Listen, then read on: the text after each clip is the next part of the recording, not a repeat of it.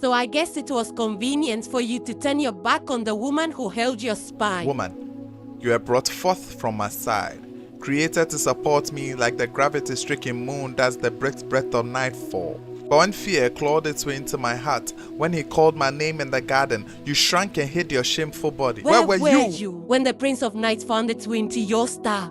You watched him lie, and now watch you sit and set like sun, you mourning of a man. You can't even see the nightmare you have become. I was there, standing in a distance having a conversation with my backbone.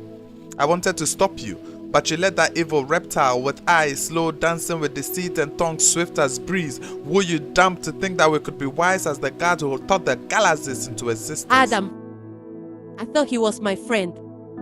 Letting me in on secrets God Pinky promised the least not to tell. He pointed me to the tree, told me of what I was missing, and as my feet in his lies led me to stare, I watched death become gorgeous. But God is beautiful. Adam, my tongue became sight. The fruit looked too good not to taste. Taste and see that God is good. God is a thief. He kept us from the one thing he knew would turn our minds deity. No, God is wise, Eve, can't you see? In our thirst for knowledge, we have become fools, searching for wisdom in a mere branch. We forgot about the God who had the power to grow us from dust with no roots. His mind is wide as sky, and we were free as cloud. But now, the silent hum of shame echoes the land. The ear chill of father's cares cross across our conscience, and the very river we bathe our naked souls in is damned because of you. What have you done? Do not blame me for murder and name yourself victim, as if we are both not ghosts with skin. You left me for dead. Did you forget the day when God made you from dust? But he made you for me from me. While sleeping, he carved you from my caged bones, beautiful, but you, with your pride of disposition, switched position and tried to lead. Took heed to a snake without consulting me first. You didn't respect me. He gave you authority. He made you the head of us, but she became neck. I can still see the apple stuck in your throat, Adam. Swallow your pride. You are supposed to lead me, yet I am to blame. Your wife, your Eve, the one who is now shame, once beauty the moment you saw her breathe.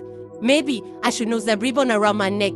Make a skirt of wrapping paper, stuff my natural naked chest with leaves. Maybe then, these bones will be enough kids for you again. This flesh, enough body for you to bathe in. The day you removed God from your soul, emptied your nest of his glories, the day you begged me to take his place, feel your voice, become this image of perfection to satisfy your insecurities. God forbid. Our sons grew up treating their sisters like cemeteries, stacking their bodies and bones in one closet to wear as one flesh every time they want to feel alive. Eve, please understand that you further prove my point.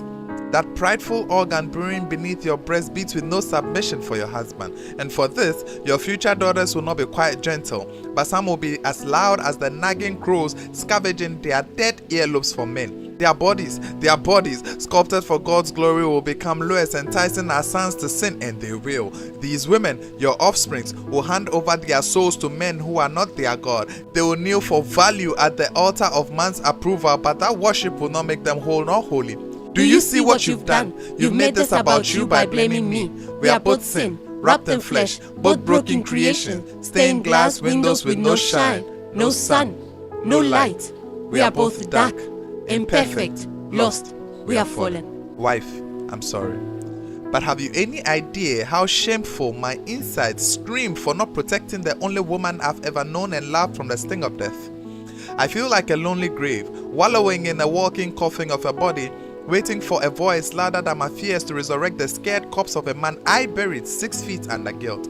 But believe me when I tell you, you are still the woman my vision sank to when I first saw you in Eden. Eve, even if God chose to separate us for 1,000 years for what we have done, I'll write you every day faithful, and my letters will literally litter the land with love, my lady. But excuse me, if the blood on my hands still drips thick with condemnation, I can only pray that this venom doesn't poison our unborn son Cain. There is nothing but murder living in my genes, and I will die if he follows in his father's footsteps. Husband, forgive me and my limbs, and the hearts that led them away from the safety of your palms. The parachute folded beneath the bloodstream I left in vain. I promise I will never try to fly without you again.